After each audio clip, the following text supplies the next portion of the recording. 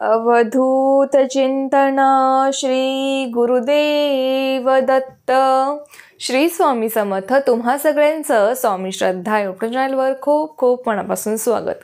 स्वामी कृपेने तुमचा आजचा दिवस शुभ जाओ. स्वामी महाराज तुमच्या सर्व चांगल्या इच्छा पूर्ण करोत, हीच मी महाचरणी प्रार्थना करते आणि आजच्या व्हिडिओला सुरुवात करते. तर आजच्या व्हिडिओमध्ये आपण उद्या आहे भोगीविषयी जरा माहिती बघणार आहोत. बघा, मकर संक्रांत हा दिवस 3 दिवस साजरा केला जातो. तो म्हणजे भोगी, दुसरा मकर संक्रांत आणि तिसरा म्हणजे किंक्रांत, ज्याला आपण कर म्हणून ओळखतो. पण आजकाल भोगीचं महत्त्व फारसं काही दिसत नाही. भोगी सण कसा साजरा करावा हे बऱ्याच जणांना आजकाल माहीत नाही.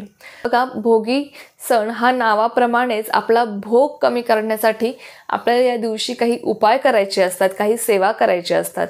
बघा, आपण जेव्हा जन्माला येतो तेव्हा आपण आपले प्रारब्ध, आपले भोग घेऊन येत असतो.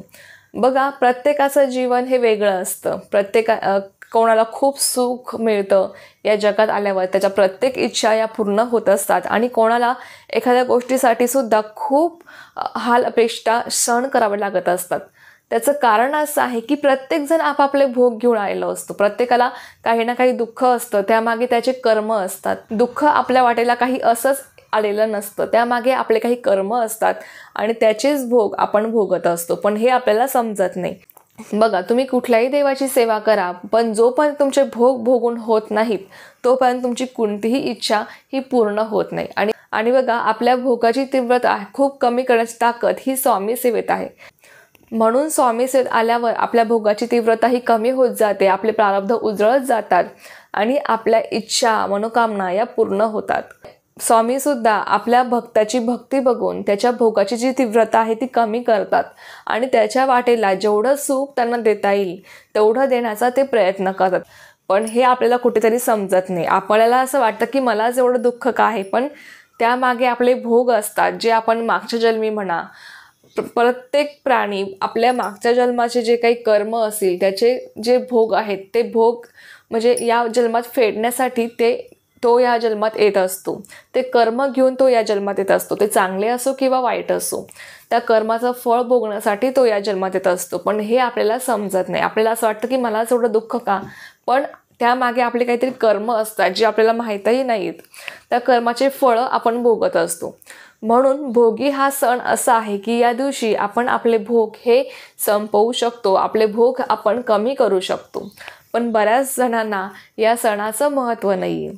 बघा, तुम्ही या दिवशी असा काय उपाय सेवा करू शकता जेणेकरून तुमचे भोग कमी होतील आणि तुमच्या इच्छा, मनोकामना या पूर्ण होण्यास मदत होईल. आपले भोग कमी करण्यासाठी भोगी या सणाला खूप विशेष महत्त्व आहे. भोगीच्या दिवशी म्हणजे उद्या 14 जानेवारी आहे, उद्या भोगी आहे.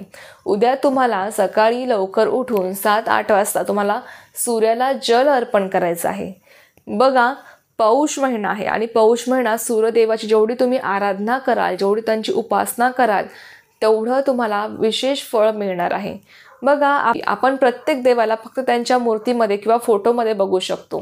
आपण प्रत्यक्षात कोणत्याही देवाला बघू शकत नाही.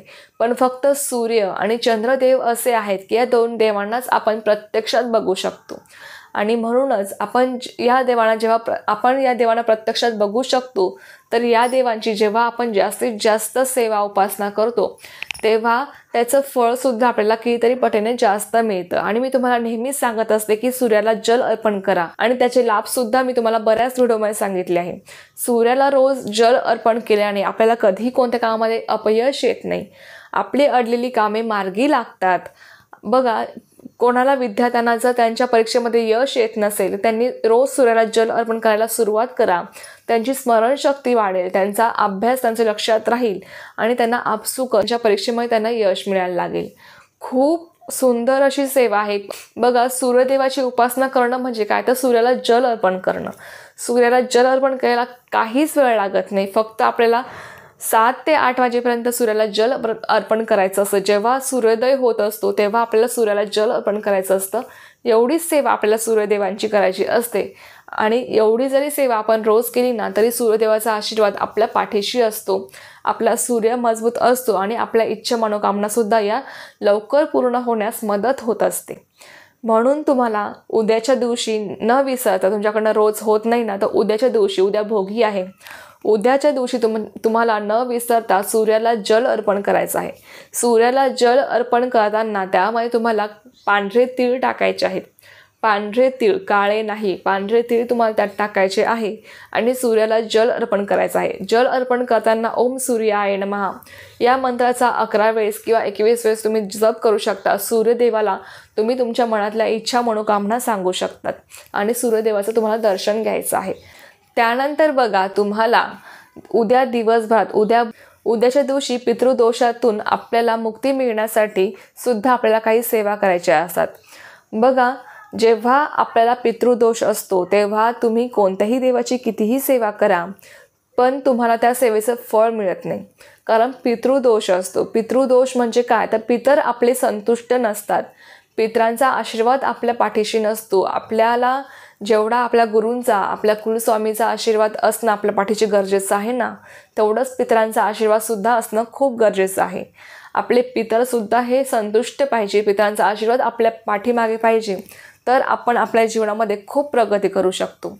पितृदोष जर आपल्याला असेल तर आपल्याला जीवनामध्ये अनेक अडचणींचा सामना करावा लागतो. शारीरिक असो, मानसिक असो, आर्थिक टंचाई, म्हणजे कितीही कष्ट केले तर त्याला फळच मिळत नाही, तेव्हा पितृदोष असतो. तुम्हाला संतती प्राप्तीसाठी तुम्ही जर प्रयत्न करत असाल पण संतती होत नाही, कितीही दवाखाने केले, काही उपाय केले तरी त्याला फळच मिळत नाही, त्याचं कारण म्हणजे पितृदोष. लग्न न जमणं, जमलेलं लग्न मोडणं, हे सुद्धा पितृदोषाचेच लक्षण आहे. आणि पितृदोष कोणाला असतो, ज्यांच्या घरामध्ये अपघाती कोणी व्यक्ती मरण पावलेला असेल तेव्हा त्याला पितृदोष लागत असतो.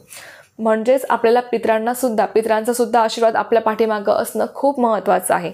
आणि उद्याच्या दिवशी तुम्ही काही पितरांसाठी सेवा उपाय करू शकता, जेणेकरून तुमचा पितृदोष बऱ्याच प्रमाणात कमी होण्यास मदत होणार आहे. आणि बघा, मी तुम्हाला नेहमी सांगत असते की विशिष्ट दिवशी आपण जेव्हा विशिष्ट सेवा करतो तेव्हा त्याचं फळ आपल्याला कितीतरी पटीने जास्त मिळत असतं. म्हणून हे विशेष दिन जे असतात ते आपल्याला चुकवायचे नसतात. त्या दिवशी आपल्या सेवा उपाय जे आहे ते आपल्याकडनं घडलेच पाहिजे. जर तुम्हाला मासिक धर्म असेल, सुतक असेल, विटाळ असेल, तुम्ही करू शकत नाही, अर्थातच तुम्ही फक्त नामस्मरण करू शकता. पण तुम्हाला जर काही यापैकी प्रॉब्लेम नसेल तर तुम्ही अर्थातच हे सेवा उपाय आपला वेळातला वेळ काढून तुम्ही हे सेवा उपाय करायला विसरू नका. खूप जास्त काही नाही आहे, अगदी छोटे छोटे उपाय आहेत, ते तुम्ही करायला विसरू नका. बघा, तर उद्या तुम्हाला पितरांना तृप्त करण्यासाठी तुम्हाला पितरांच्या नावाने तुम्ही दानधर्म करू शकता. जे गोरगरीब आहे, ज्यांना गरज आहे एखाद्या वस्तूची, तुम्ही त्यांना आपल्या पितरांचं स्मरण करायचं आणि आपल्या पितरांच्या नावाने तुम्ही त्यांना दानधर्म करू शकता. अर्थातच पितरांचा आशीर्वाद आपल्याला प्राप्त होतो, पितर आपले संतुष्ट होतात. त्यानंतर बघा, उद्या तुम्हाला कणकेचा दिवा करायचा आहे. जसं आपण यमदीपदानाला कणकेचा दिवा केला होता, अगदी त्याच पद्धतीने तुम्हाला कणकेचा दिवा करायचा आहे. कणकेमध्ये फक्त मीठ घालायचं नाही, तसंच कणिक मळायचं आणि त्या कणकेचा दिवा करायचा. दिव्यामध्ये तुम्हाला 2 जोड वातींची एक वात बनवायची आहे. ती वात घालून तुम्हाला त्याच्यामध्ये, तुमच्याकडे जर तिळाचं तेल असेल तर तिळाचं तेल अवश्य घाला. तिळाचं तेल नसेल तर तुम्हाला तुमच्या स्वयंपाकघरात जे तेल आहे ते तुम्ही वापरू शकता. फक्त त्यात तुम्हाला मग काळे तीळ घालावे लागणार आहेत. चिमूटभर अगदी काळे तीळ घालायचे, 2 लवंगा तुम्हाला टाकायचे आहेत आणि तो दिवा तुम्हाला तुमच्या घरामध्ये दक्षिण दिशेला लावायचा आहे आपल्या पितरांच्या नावाने. आणि त्या दिव्याची पूजा करायची, आपल्या पितरांना प्रार्थना करायची की माझ्याकडनं तुमच्या काही सेवा जर माझ्याकडनं चुकत असतील तर मला माफ करा. तुमचा आशीर्वाद माझ्या परिवारावर, माझ्यावर कायमस्वरूपी असू द्या. आणि अशी आपल्याला पितरांना प्रार्थना करायची आहे. तिथेच बसून तुम्हाला पितृसूक्त किंवा पितृ अष्टकाचं तुम्हाला पठण करायचं आहे. काही नाही जमलं ना, फक्त ही सेवा करायला विसरू नका. दिवा लावा. जर कणकेचा दिवा करायला जमलं नाही, तुम्ही पणती सुद्धा लावू शकता. पणतीत तुम्ही काळे तीळ टाका आणि 2 लवंगा टाका आणि त्या दिव्याची तुम्ही पूजा करा. आणि त्यानंतर जो पण तो दिवा चालू आहे तो पण चालू आहे, नंतर एकदा तो दिवा शांत झाला की तो जो काही दिवा आहे कणकेचा तो तुम्ही निर्माला टाकून द्या. ते काळे तीळ, लवंगा जे काही ते तुम्ही सगळं काही निर्माला तुम्हाला दुसऱ्या दिवशी टाकून द्यायचं आहे. अशा पण तुम्हाला पितृदोषातून मुक्त होण्यासाठी उद्या तुम्हाला हा एक छोटासा उपाय करायचा आहे आणि अर्थातच तुम्हाला याचे खूप पटीने लाभ मिळणार आहेत.